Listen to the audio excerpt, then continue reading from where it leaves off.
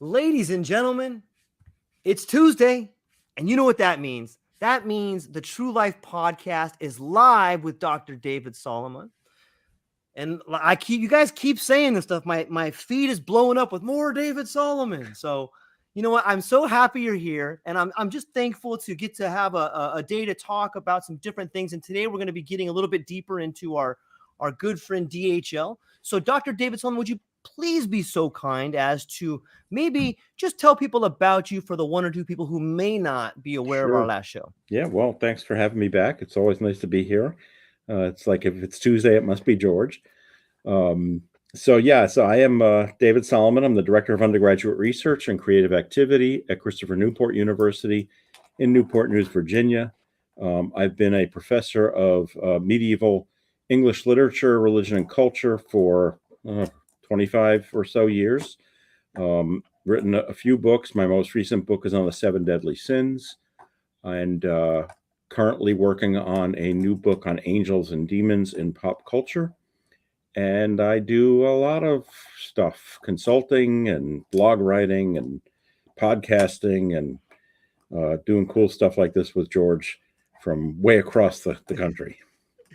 Yeah, for those that are listening, you are getting to peer into the future and simultaneously look into the past, That's because right. David is far on the East Coast and I'm way over here in Hawaii. So you're right in the middle, depending on where you are. And I hope that this particular conversation will be just as timeless. So, maybe before we start, we should talk a little bit about, maybe you could tell the people about the poem that you just talked to me about.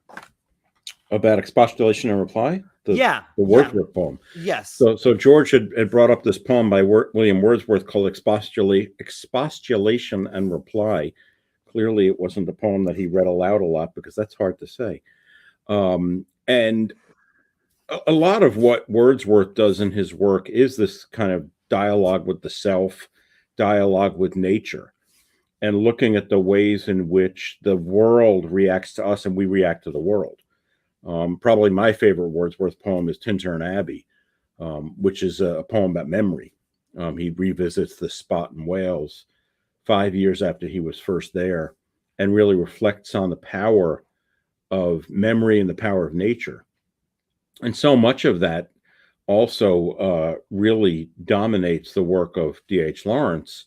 And so there's a kind of a natural link there, because Lawrence is also very interested in the world of nature. Wordsworth and the Romantic poets were reacting in many ways to the buildup of the city, urbanization, the rise of technology, and the fears about what that was doing to us as human beings. And Lawrence, writing about 100 years after Wordsworth, is again reflecting on those same concerns. I hesitate to call them problems, because that's a judgment call. I think to Wordsworth and to Lawrence as well, they were problems in some ways. I've been rereading some of Lawrence's essays as we've been doing this deep dive, George, the last couple of weeks. And it's really just interesting to me the way that he approaches things, especially towards the end of his life. I mentioned last week in that last book that he wrote called Apocalypse, where he has that passage where he says, "We've lost our sun." And I always read that as being we've kind of lost our center. And he's got a short essay that I was looking at again, and bear with me while I find it, because my bookmark fell out of this. He's got a piece called "On Being Religious," and he talks about the fact that essentially God has disappeared. He's writing this. This is between the wars. And I'll just read you certain things he writes. He says, he's had enough. The Almighty has vacated the throne, abdicated, climbed down. The Most High has gone out. And then he asks, where is he now? Where is the great God now? We have lost him. And then he goes on to say that, as a matter of fact, never did God or Jesus say there was one straight way of salvation forever and ever. And he notes later on, he says, from time to time, God sends a new savior. He says there have been other saviors in other lands at other times with other messages, and all of them were sons of God. And he says later on, God sends different saviors to different peoples at different times. But he reflects then around, this is probably around 1922 that he's writing this. He says, now for the moment, there is no savior. This feeling really that we're kind of lost. And I think that that's just so incredibly insightful, not only for the time in which he was writing, but in my book on sin, I go to Lawrence a lot because I think a lot of what he said applies to us today. This sense that we're kind of lost. The rapidity of technology has caused us to almost kind of be derailed spiritually. And we've lost that center. We've lost our sun. And so I think a lot of what Lawrence has to say still is applicable today. He's just a brilliant writer. And it's funny, we talked last week about Lady Chatterley's Lover a little bit. And I did not know until I think it was Sunday. There was an article in, I believe it was in the New York Times, that there's a new film of Lady Chatterley's Lover coming out. It's apparently it's going to be in the theaters, and then it's going to be, I believe, on Netflix. But it stars the woman who played Princess Diana in the most recent iteration of The Crown, Emma Corwin, I think her name is.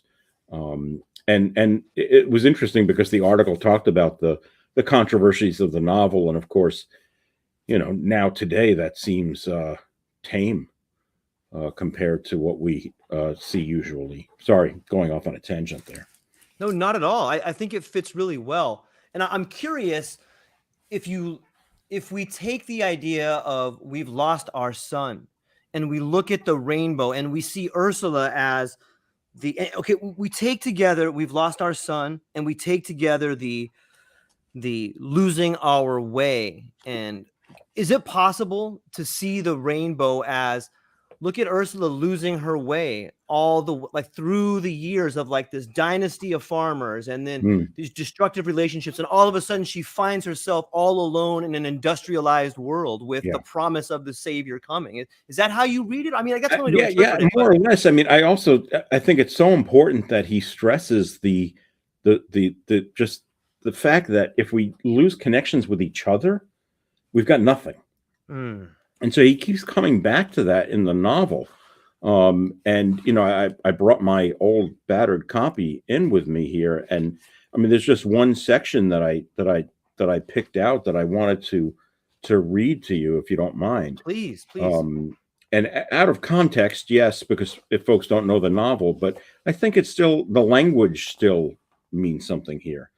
Lawrence writes, he was nothing, but with her, he would be real. If she were now walking across the frosty grass near the sheep shelter, through the fretful bleating of the ewes and lambs, she would bring him completeness and perfection. And if it should be so, that she should come to him, it should be so. It was ordained so. All these things were only words to him. The fact of her superior birth, the fact that her husband had been a brilliant doctor, the fact that he himself was her inferior in almost every way of distinction. There was an inner reality, a logic of the soul, which connected her with him. And it's language like that and imagery like that, which keeps bringing me back to Lawrence, because he's very concerned with making us complete as human beings. And he saw one of the only ways to do that was by connecting to another human being. And most often in his work, that is in the guise of a physical relationship, a romantic relationship. But it's more than that, even. I mean, much has been made of some of the scenes in Women in Love of the men wrestling, and how over sexualized that is. And it's because he's interested in the physical, in what it means to be human beings. And as we mentioned last week, here's a guy who himself, Lawrence, was physically pretty frail, often ill. And it's interesting that he's interested in our physical being, considering that his was sort of in such dire straits at so many points. Yeah, maybe that's exactly why he was able to have such a deep perception of the flesh and the blood, Yeah, because his was waning, that could be true. Yeah. Yeah.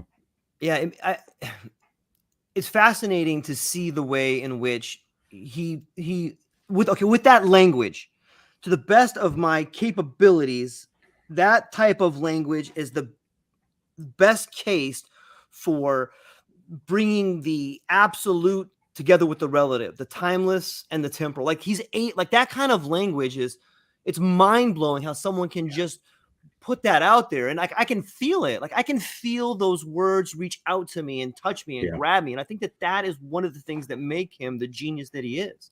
No, I agree. I mean, I think I first read The Rainbow, I must have been about 21. I was just really being introduced to reading literature. It was something that I read early on because I took a graduate course as an undergraduate on Lawrence and Thomas Hardy. And when I read this book, and I'll hold my copy up here. When I read this book, this almost 600-page novel, and I normally do not like reading long books, I was just absolutely blown out of the water. I mean, that final paragraph, which you've alluded to, if you don't mind, I'll read. Please, absolutely. This is after all the tumult of the novel and everything has gone on, and he finally says in the last paragraph, "And the rainbow stood on the earth. She knew that the sordid people who crept hard-scaled and separate on the face of the world's corruption were living still, that the rainbow was arched in their blood and would quiver to life in their spirit, that they would cast off their horny covering of disintegration, that new, clean, naked bodies would issue to a new germination, to a new growth, rising to the light and the wind and the clean rain of heaven. She saw in the earth's new architecture, the old, brittle corruption of houses and factories swept away, the world built up in a living fabric of truth, fitting to the overarching heaven." And when I read that originally, I mean, I underlined, "And the rainbow stood on the earth." And it's, I think, the only book that I have read in my entire life. And I wrote at the end of it, "The end," because it Yeah. was just, to me, it's just one of the most perfect novels. And it's not only because of the narrative and the content and what goes on in the book, but because of Lawrence's language and his imagery, which just, to me, just, that image of the rainbow, which of course comes out of Genesis, right? God floods the world, and his promise is, "I won't do that again." And as that promise, he says, "I give you the rainbow. So when it rains, you'll see a rainbow. You'll know that it's not the end, that I'm keeping my promise." The rainbow is, in a sense, God's covenant with the people to say, I'm not going to wipe things out again. Man, like, do you think that particular paragraph, like that paragraph, is a culmination of all the tumultuous things that have happened over it's almost like Job. It's almost like the story of Job in a way, but Yeah. like more passionate. Like in some ways, it's like, why would you want to read something that has so much heartache and so much like affronting on, like just me, like just, but you have to read it so that you can understand the true message. Like it gives you the message of life. Like it's not easy. It's not. Well, that's the it's thing, hard. right? I mean, that image of the rainbow at the end of the book is that there's hope, right? There's hope that even when you go through all of this strain and all this difficulty, that there's still hope. And it's interesting to me because that hope is provided really by nature. I mean, in that last paragraph, "And the rainbow stood on the earth," is a line that's out of Genesis, but there's nothing in that paragraph that has to do with God or religion. It's about nature. It's about the power of nature, that nature can throw everything at us, but then we get a rainbow that says, "You know what? There's hope for tomorrow." Do you think it would be fair to say, to, like, in my mind, the way I kind of see it is like, regardless of what technology comes our way, regardless of what war man tries to bring upon the earth or on each other, like there's still nothing more beautiful than our spiritual nature, than the rainbow. Yeah. Well, I mean, it's interesting. I mean, some of the pictures that showed up online and also on TV right after the Queen died. Now, the day the Queen died, it was pretty much raining throughout England. And then when they made that announcement, several photos showed up online. One, I believe, of London, and one out at Windsor Castle, or it might have been at Balmoral, where the rain had stopped and there was a rainbow. And the rainbow is it gives you hope that even if you've been through this hardship, we can make it. And it ties in with faultless self-promotion, the piece that I wrote this week for the blog, which is on resilience, right? And we focus so much on that today in our culture, especially, I mean, in higher ed and education. Resilience is one of these big things. We want students to be resilient. And one of the things that I note in the blog is, in many ways, it's kind of a myth. I mean, saying someone, oh, it's so great you're resilient, doesn't always, to me, acknowledge that you've been through something. And so I actually finished the blog by saying, yeah, I'm resilient, but I've got the scars to show it. We go through those things, and yes, it's great that we're resilient as human beings, that we are able to bounce back, but it can't negate what we experience and what we go through, positive and negative. Let's dig into that a little deeper. Like when you say the idea of resilient, do you mean it like resilience is all you have left? Like you have to be, I mean, that's all there is. Like, so you have to be resilient. Yeah. I mean, I think you do wonder. I mean, a lot of people will say, well, if you hit rock bottom, whatever that means, at least you know where the bottom is. And I think that may be a good point. But for me, it's always been kind of a frightening thing. And I'll speak about my own experience personally. I mean, I've experienced and struggled with depression for most of my adult life. And I had horrible panic attacks when I was in college, anxiety attacks that I dealt with. And it was before they had meds for it. And, people will always say to me, oh, well, you must be so pleased then with where you are and how you've been able to, how far you've come. And, my reaction to that is usually the usual self-deprecation. And I say, no, I should have always been doing this. But I've always felt that the interesting thing about having experienced that is I know I've been to the edge of the cliff. I've looked over the edge. I know the way back there, right? I don't want to go back there, but I know the way back there now. I know how to get there. And so, for my own emotional and psychological health, I have to be careful when I realize that, I've taken a step back in that direction. It's like, whoa, wait a minute.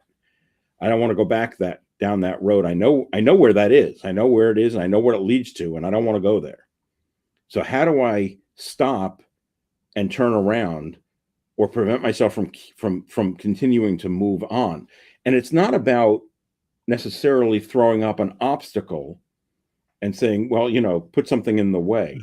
That doesn't necessarily work, right? I mean, it's interesting the way our minds operate, especially when it comes to things like depression and anxiety, which, I mean, just so many people are struggling with these days, and probably have been for a long time.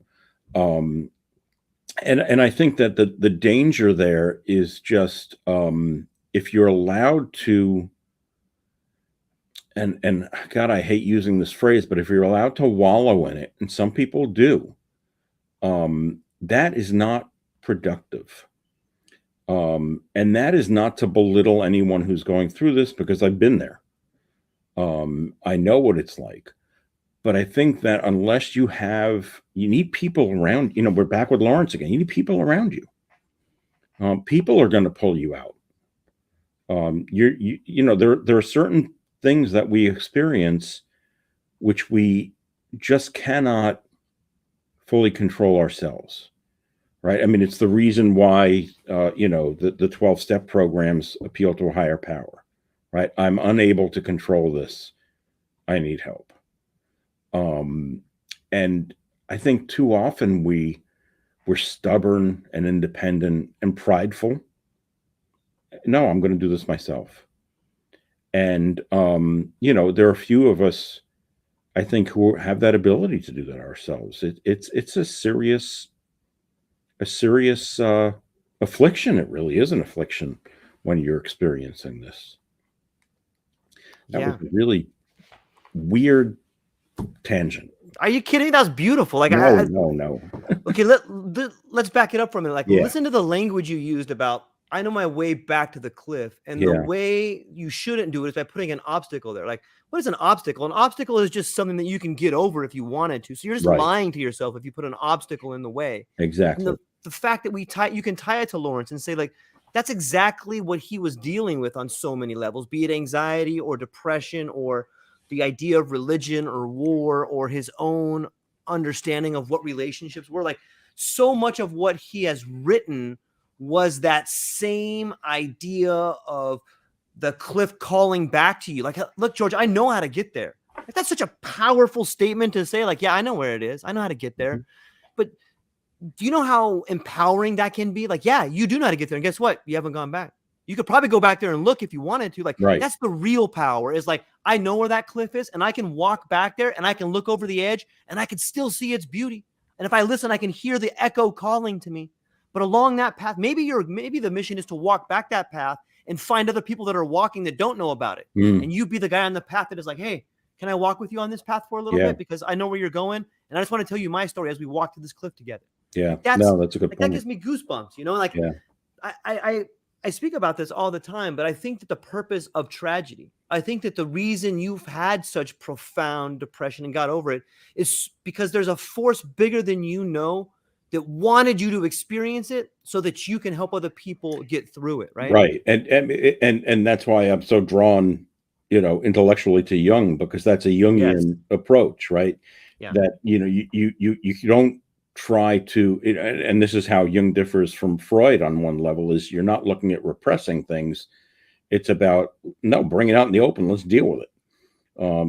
You're not going to discover the true self and who you are until you paddle through all the really unpleasant parts of yourself. You can't bury those. And, for Jung, it's one of the things he calls the shadow self, right? Yeah. That part of us that kind of houses all of those deep, dark aspects of our personality. And we've got to deal with those before we can move on. And I think we've talked about, one of my favorite illustrations of that is in The Empire Strikes Back, right? When Luke has to go into the cave and confront Darth Vader in the cave, his father. And although he doesn't yet know that at that point. And when he confronts him in the cave and chops off his head, the head rolls on the ground and the helmet dissolves and the face is actually Luke's. What we have to really confront in that cave is ourselves. This brings us to the allegory of the cave. And we always hear about, like, the first part where they go into the cave and the one guy is able to leave the cave and he's like, wow. And then he comes back to tell everybody.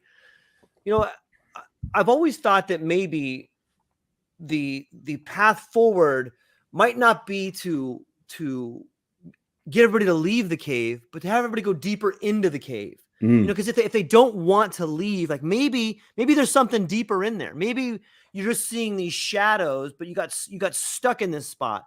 Maybe the trick is to go further into the cave and explore even deeper. Maybe that, I don't know. Maybe I'm getting a little bit too deep. Yeah, I don't know. I mean, because the problem with that, of course, is that in the Platonic allegory of the cave, if you do that, you're getting further and further away from actual truth, right? I mean, the truth is the light outside the cave, and it's the truth that the prisoners can't deal with because they've been chained inside the cave and have only been living in a world of shadows. And so, it's And again, we're like tangents are us today, but it also reminds me just of our relationship with light, right? In the way that in the modern world, we deal so much with artificial light. I mean, here I am sitting in my office. I don't keep the overhead lights on because they give me a headache. So I have lamps on in the office, but I do have one of these handy dandy gizmos that I bought from Amazon, which is supposed to make me look less like Dracula on a podcast and give me a little bit more light. It's all artificial light, though. We don't have much of a relationship anymore with actual light. I actually brought some of my students over to the Chrysler Museum here in Norfolk last week, and we met with the conservator, and he was talking about the effects of light on paintings, and how that really does damage paintings over time, and how you can see that. He was showing us the different ways that UV light really attacks a painting, and it has to be protected from that. It was very interesting, but it also shows you how, and again, talking Plato with the painting and the light, it's like, well, we're moving further and further away from reality then, right? The painting is already a reproduction of reality in some ways once removed. And now we're going to take away the natural light on top of that. It's like, I mean, there we are going deeper into the cave. Yeah. It's so awesome. I love it.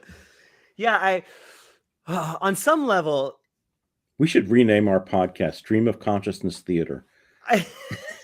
These are the best ones. I promise. These are the best ones. It's like, let's start off with this. And most things are just a starting ground, right? Like we could take it right back to DH in that, like,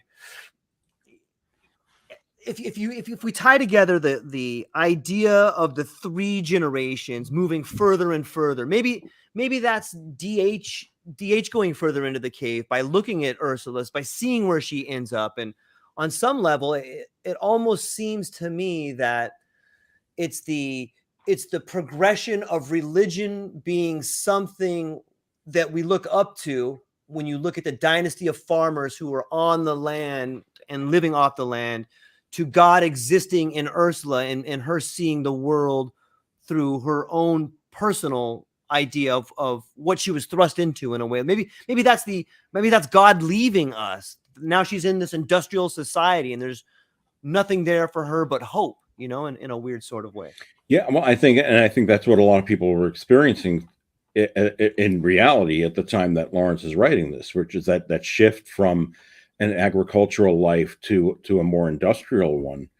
And because these are people who had lived so close to the ground, literally, and so close to the earth, and had such connections with it, that movement is a really tough adjustment. If you live your life according to an agricultural calendar, that's a certain kind of existence. And you take that away and go and live in a city, and I say this as a city boy, never having lived an agricultural existence. It's very different. The only experience I have with it is when I taught in South Dakota, and I was told that towards the end of September, that a lot of kids were going to go home for a couple of weeks because it was calving season on the ranches. And here I am, this Bronx Jew. I'm like, what calving season? What the hell are you talking about? But they are linked with the calendar according to nature. And it's not the artificial calendar that we have introduced in the industrialized world. They're linked to the calendar, the animals and the vegetation, the way it grows. It's not necessarily following the calendar. Yeah, and on some level, I think that might be the emptiness that all of us feel, is that we are no longer connected to the land in the way that we used to be. Now we have this new idea. There's people that work graveyard shifts. They don't have their circadian rhythm. Oh, yeah. You could make the argument that a woman's cycle is tied to the moon, so as the tides are. And the further we get into this world, we've tried to find artificial ways to fix that then, right? So now you see ads for drugs that you can get that will adjust your circadian rhythms because maybe you work third shift. It's like, what are we doing? Yeah, well, it's okay.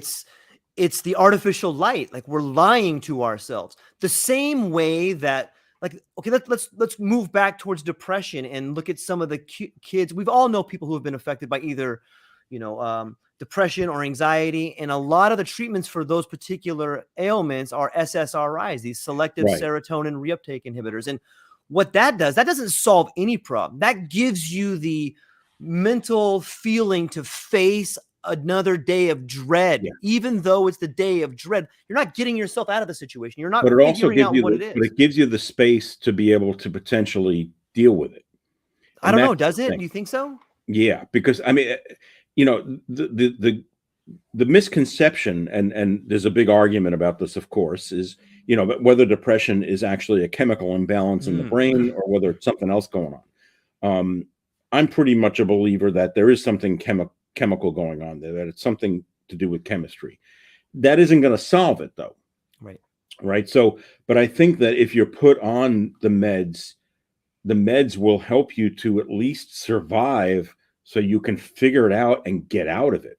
I mean, I know in the darkest hours of my depression, which now this goes back 30 years, I was having such terrible anxiety that I couldn't get out of my house. And, that was the point at which I was finally put on meds. And the meds allowed me at least to get to therapy, to be able to start digging out of this. Right. So the two of them worked in conjunction. I think you're right, though. I think if people who look at the meds and say, well, that's the panacea, just give me a pill, that's not going to work. Right. It's the same thing as we were talking about a couple of weeks ago. People go for acupuncture and they say, well, does that work? It's like, well, if you believe it works, you got to go into it with the right attitude. So, you got to go into taking the meds with the thought that this is going to allow me to do the work to get out of this. That's well put. Doing the work, finding a way to do the work, because ultimately that's the one thing that's going to get you to where you need to be. And it is very hard work. Yeah, it really is. And to be honest, I think the only people who understand how difficult that work is people who've been through it and can appreciate it. Because, it's something that's just so alien to anybody else who hasn't experienced it. It's kind of like saying, well, asking Neil Armstrong, what was it like walking on the moon? I mean, we don't know. He knows. But if you've been through this, you understand what the work is involved, the work that is involved to get out of it. And it can be very, very hard work. It can be painful. It can be incredibly rewarding. When Luke goes into that cave and discovers that, the person he just killed in the cave was really himself, that's painful as all hell, but he has to do that in order to get through. And, and again, I'm prescribing to a very Jungian interpretation of all this, but I fully believe that the way out is through. Yeah. I always thought Uncle Ben probably beat up Luke a little bit. You know what I mean? And like he had a pretty rough family life. Sister's gone. But now you're doing the Freudian analysis of Hamlet. When he was a little boy, it's like we don't know what the hell. I mean, oh, it's beautiful. It's Uncle beautiful. Ben. Let me ask you this, Uncle Ben.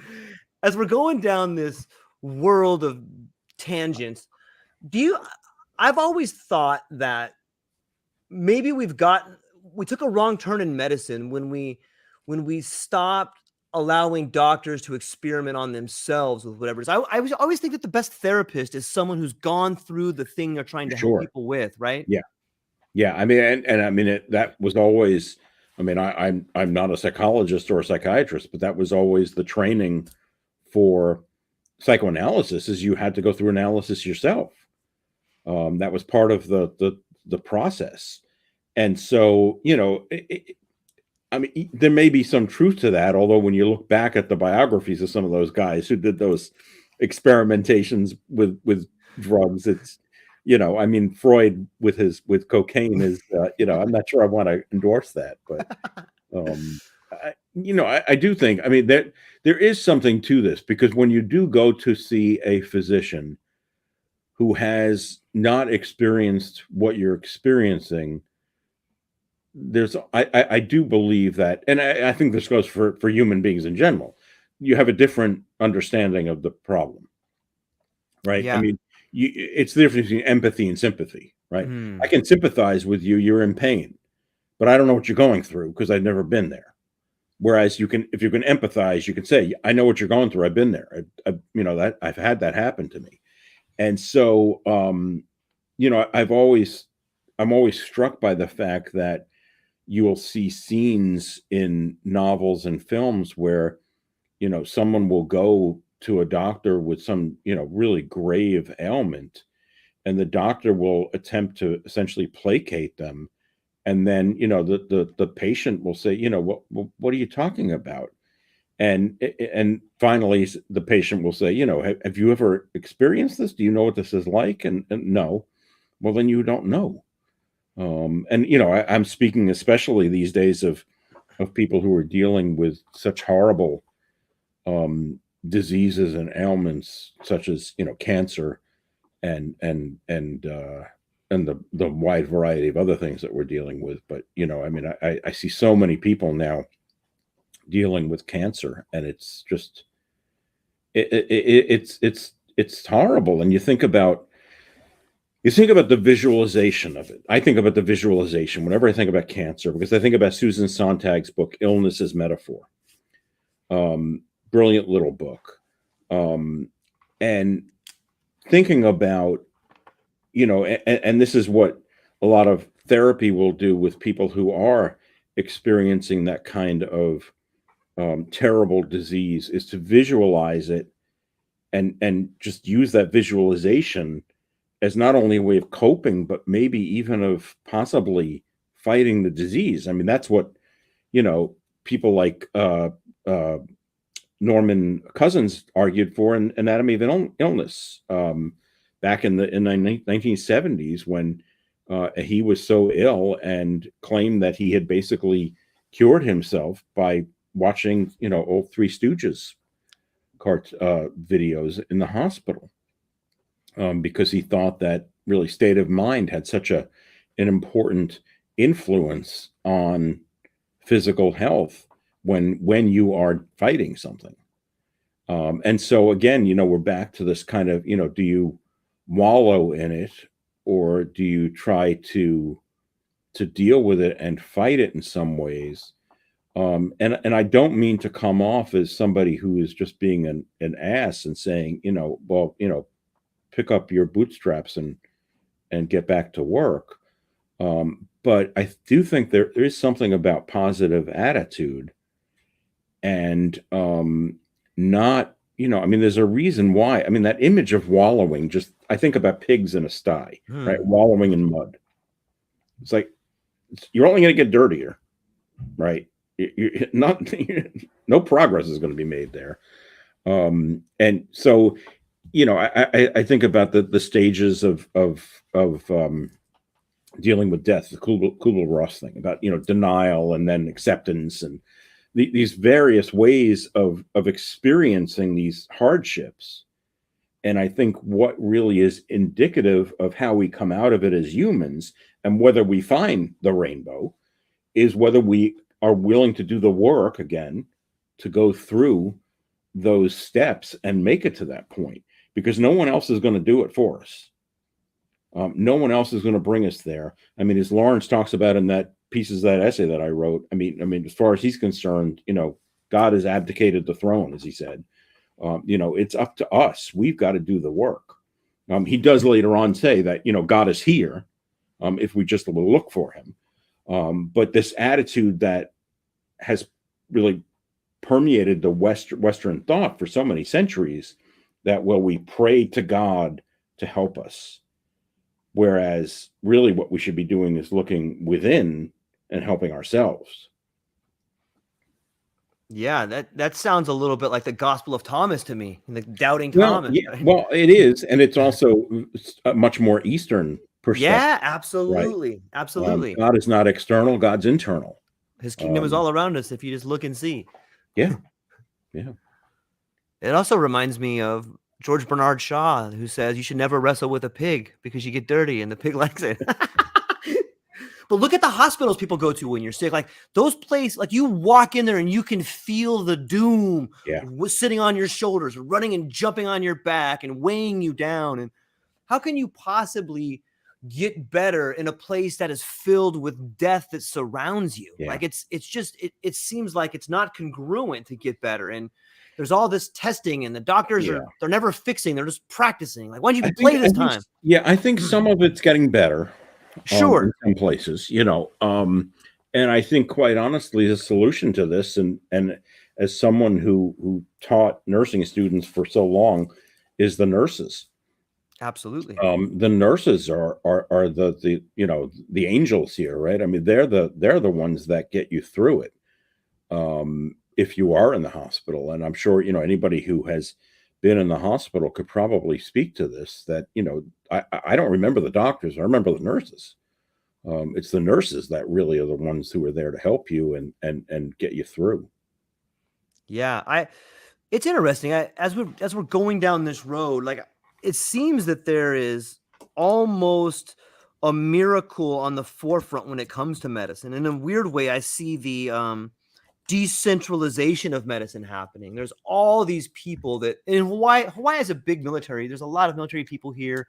And I've been speaking with a lot of people who have been using the psychedelics as a way of figuring out what the actual problem they have in their life. Like they're using psychedelics to remove the obstacle, and it's fascinating to me to see this thing happening. And in a weird way, you could argue that DH is reading his novels, reading his poetry, or just reading his story is a psychedelic in nature to see the path that he goes down and to see the tumultuous things that happen. It's a lot like a psychedelic trip. Like you go into this world of like, oh my God, I don't know what's happening. And then you come out the other side with understanding. Well, that's the escape of good literature, right?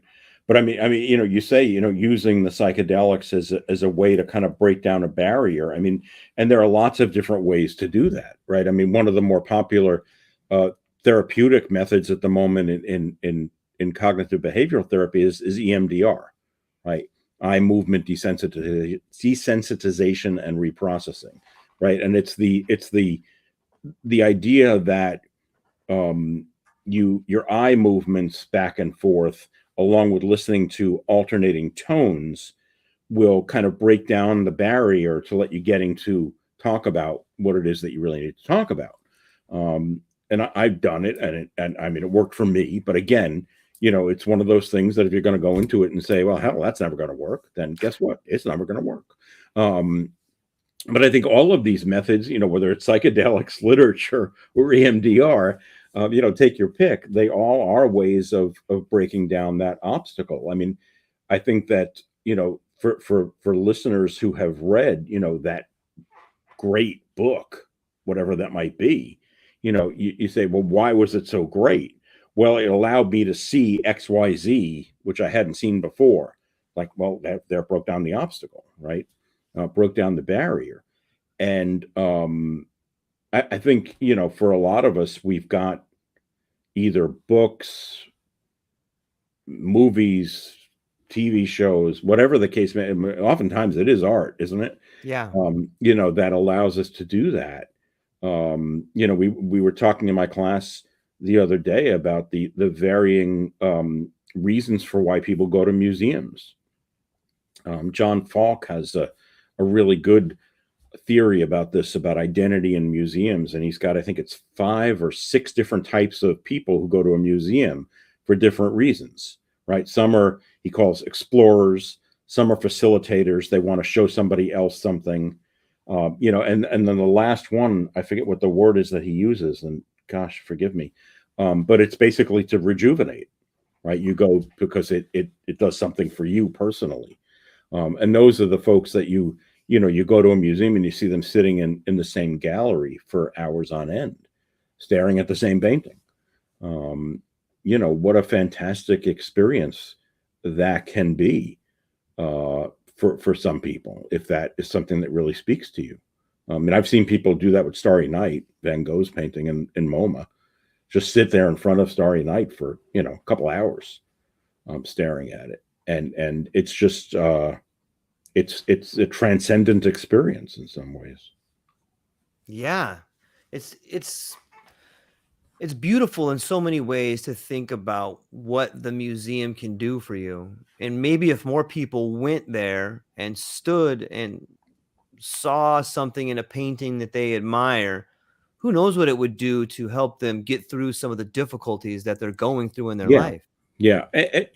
But in all fairness, that doesn't speak to everybody, Right. and it may not speak to you if you are unprepared for it.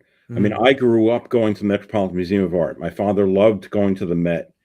I think we went every Sunday. We were members. And so, but we would always go to the Impressionists. That's what he liked. And so I know a lot about the Impressionists and didn't know a lot about anything else. And so later on, I know growing up and once I got into college and then into graduate school, starting to gain a better appreciation for so-called modern art, contemporary art. Um, that was it was a big stretch step, right? Because it was something that I just didn't have a good reference point for. I had to learn about that, but now I can appreciate it for what it is. So I think you know, some folks are too hesitant, too quick to dismiss something, right? And I always tell my students, don't dismiss what you don't understand. Mm. It doesn't mean that it has no value. It just means you don't understand it. And you can either choose to try to learn about it and understand it, or you can just move on. But don't dismiss it just because you don't get it. What are some creative ways that you and your students are maybe helping museums and artwork transcend in this time of Zoom and this time of Yeah. internet, and like, are there some creative things that you and your students are Well, doing? we've been talking a lot about the ways that we engage with museum visitors and re-engage with them now after COVID. Mm. And it really is kind of a whole new world. I mean, we were talking the other night about immersive exhibits Right. there's a lot of hands-on and interactive exhibits. And, something that comes up, which we wouldn't have thought about before 3 years ago is, you got to wipe that stuff off because people are touching it. And, it's just, so it's interesting the way we have to rethink some of what we've always taken for granted. But by the same token, museums they're fantastic places. And obviously I teach museum studies right now and I'm all in favor of it. But museums also have a lot of issues at the moment, and probably some listeners watch John Oliver. His show Sunday Night was all about museums, and he talked about how it's not all roses and flourishes. A lot of what's in museums was stolen Mm. from people and should be returned. He talked about the antiquities market and the sketchiness of things. So there are problems there. But as far as ways in which students are re-engaging, it's really interesting because one of the things I think most of my students are interested in is the conservator role, how you preserve materials and repair them. And so we looked at a painting when we went over to that museum last week, which had some significant damage to it. And the conservator was showing us how he was repairing it. And it was incredible because it was really involved chemistry and science that, my museum studies students who were mostly in the humanities were like, oh my gosh, and then I had them step back at one point because I said, look at everything that is we were in the conservator's lab. Said, look at everything that's in the case there that he's using. He had all kinds of wacky stuff in there. He had bowling alley wax, a tin of bowling alley wax. And I was like, what the hell? And he said, well, we tried it on something that we were working on and it worked. And so, now it's in the case. And so, really interesting the way that has been accomplished. But I do think that there's a bright future for museums, but we're going through a tough time right now because we have to face facts, which is a lot of the stuff that's in these museums is not ours. I mean, the British Museum is most obviously guilty for it with things like the Elgin marbles and the Benin bronzes, but the Metropolitan Museum of Art has had the same problem, and they had to return a bunch of artifacts which were discovered to be stolen. John Oliver reported about that, and so many American museums deal with the issue of having native items in their collection which have been taken, and it's an interesting issue. We want to see those things, but we also need to respect the people who made them and whose culture they belong to. Yeah. And in some ways, that's exciting to me, not because things were taken or appropriated. And I'm happy to see things go back to the places where maybe the indigenous cultures can enjoy them or even use them in a way that their ancestors did. But I mean, what's exciting to me is it sounds to me what's happening if you just look at the world and the events as a bigger language. I think what the museums are telling us is it's time for us to present and make some new art. There's a new time coming in where there's going to be new monuments made, where there's new types of artworks being built in the minds of the children who are ready to express them. And I'm wondering, like, I see it in my mind, like I see a bridge being formed by people like yourself and maybe some of your students and the youngest students going to art schools. I think that there's programs that can be built, especially now, where, you know, I was just recently talking to Abby Day, who is my child's art teacher.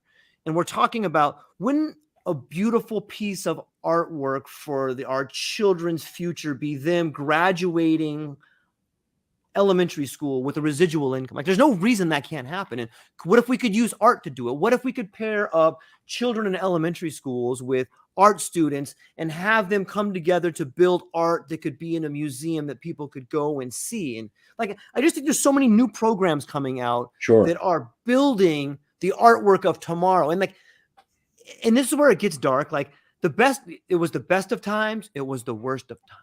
But that's where the juice is. That's where the beauty is going to be built.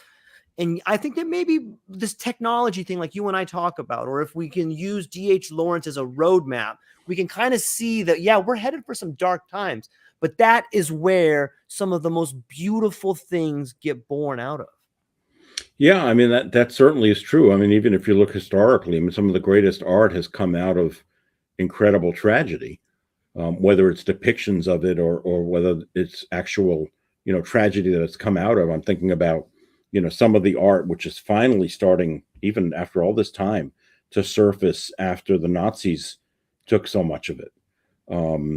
So, you know, and, you know, in some strange way, of course, if they hadn't taken it, it may not still exist. So, Yeah, you know, right. kind of ironic.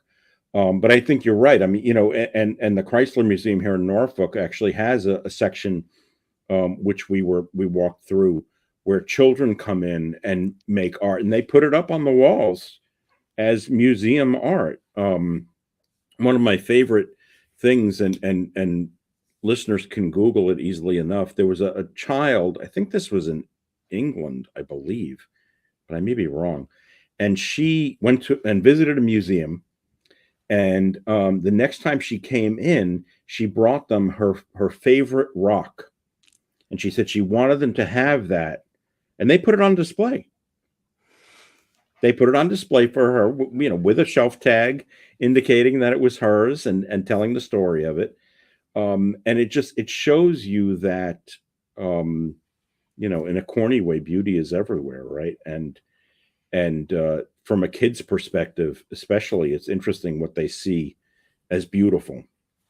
This rock was her favorite rock. See, like, that's what I'm talking about. Like, okay, imagine this. Imagine 100 years from now, so people go to a museum and there's this picture of Dr. David Solomon. Hey, this was in 2022 where Dr. David Solomon created this class for children across the world to put in their best artwork. You know what I mean? Like, I really think that there is an opportunity for, like, especially with children and imagination, like they can come in and look at a rock and hear a story, and all of a sudden, boom, boom, boom, boom, boom, things are exploding in their head. Where maybe some of us who are older are like, yeah, I saw 20 of those rocks on the beach yesterday. Yeah. Like Yeah. we've had this calcification of imagination sometimes where a child can see that and build on that and You're build right. tomorrow. Well, and that's part of the argument, that's been made in the last few, well, it's not just the last few years, about the dangers of education, right? That our educational system actually drains people of imagination. That's what it's doing to them over the time of their young years, because adults aren't supposed to think that way, right? Adults aren't supposed to have a favorite rock. Well, why the hell not? I mean, in Yeah, fact, between now and when we talk next time, I'm going to look for my favorite rock out there. I'm gonna I'm look going to for try one to too. find it. Okay.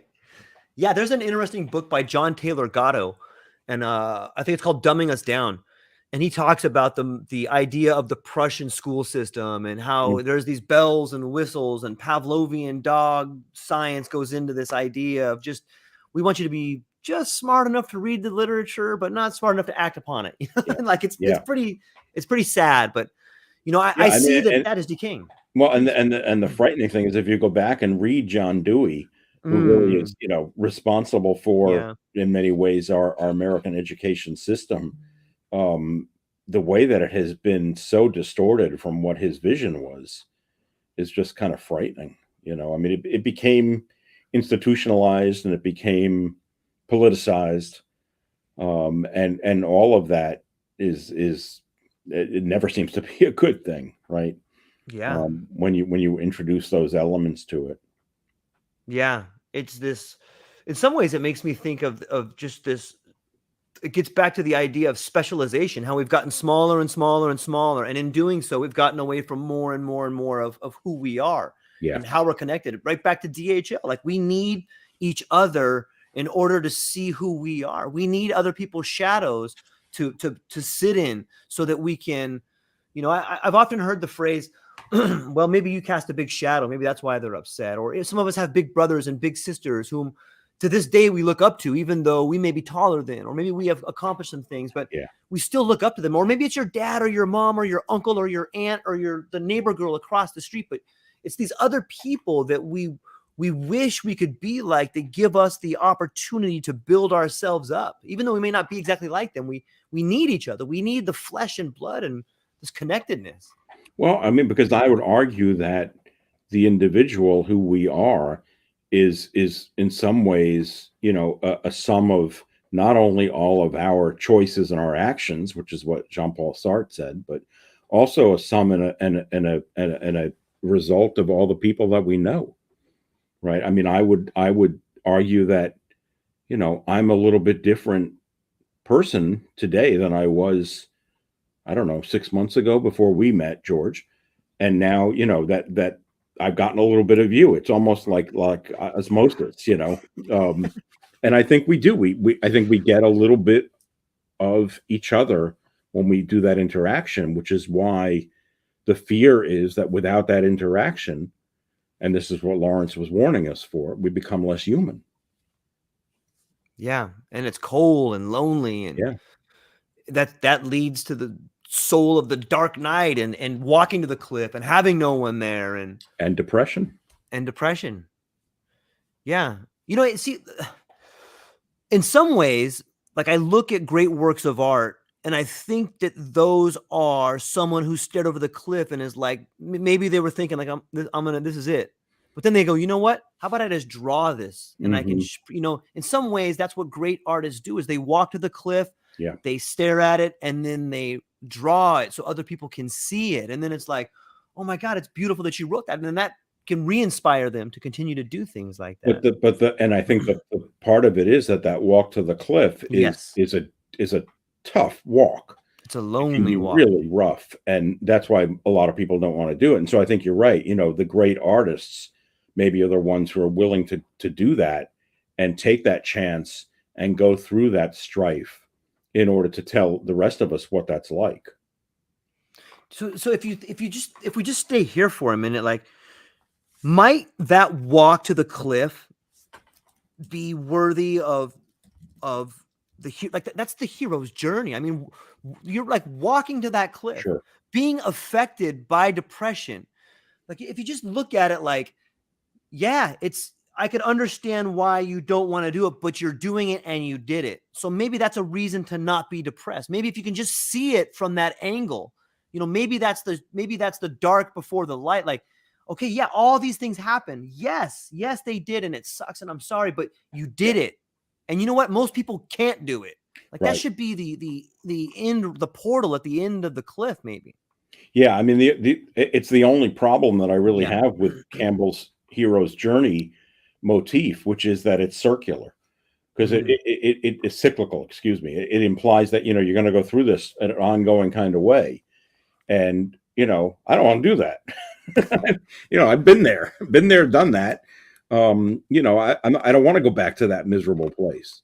Now I understand, it's more metaphorical that we're going through those stages of the journey and that they might occur in different ways. But I'm also thinking about, the Jungian trip to individuation, which parallels that. Now I don't want a linear existence because that's boring.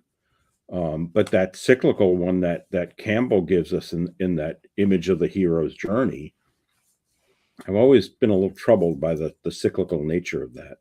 Don't know. You know what? I would agree. And like, I think it is really good up to a point. I think it serves you really well until maybe 40, maybe 30. I don't know, maybe 20. I don't know. Whatever. For me, it was probably 40. And then I found myself looking at like Nietzsche's from camel to the child, which is, it may not be circular, but it's helical. It seems to me like it's more moving up through. And I think that's a better narrative. Yeah. Yeah. No, I think you're right. I think you're right to look at it that way. And so it makes it more three-dimensional. Yeah. Yeah. That's an interesting image. That's an interesting image. And but I think that is the precipice on which we stand. Like, okay, everybody gather around. Like it's not a circle anymore. Now we're moving up. And it seems like we're back where we started, but we're a level higher. Like look down, look and see how much further it is. I like that. I like that a lot. That's a great way to look at it. Well, I think it's the only one. George. I'm recording it. It's the Tao of George.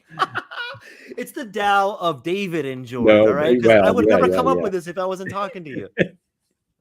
We're streaming consciousness. But that being said, David, I really love this. I really enjoy talking to you, and it's like a little mind vacation. So thank you for this. And I gotta go handle some things. I know you got some things to do. You've been gracious with your time. But one more time for people who are on their keyboard right now saying more David Salomon, like where can they find you? DavidASalomon.com, SALOMON. That's my books are listed there and links to buy them, and the blog, and all my other media appearances and my consulting work. Happy to talk to anybody and happy to sign books if people would like it. Just contact me through the website. Not a problem at all. I'd love to do that for anybody who's that interested in the work. So nice. Much of the most recent book, The 7 Deadly Sins, is kind of the stream of consciousness kind of approach that George and I take in our discussions. Yeah, and like I said, I think that anybody who's taking the time to go through Joseph Campbell or getting into the Jungian archetypes or looking into some Nietzsche or Shakespeare for that matter, I really think you'll enjoy the books. And it's like I said, I was blown away by all the footnotes and all the research that you have done to get to the ideas that you got to in that book. And it's really, in some ways, it's like it's Jungian because it has so many footnotes in there and it's got so much behind it. I love it. So that's what I got coming up. I got some other great guests coming up in the near couple weeks. And Dr. David Salomon and I will be back every Tuesday to satisfy your needs of walking down different tangents. So we'll be here. Happy to be here. Yep. Thank you to everybody for listening. And all the links will be in the show notes below. Aloha.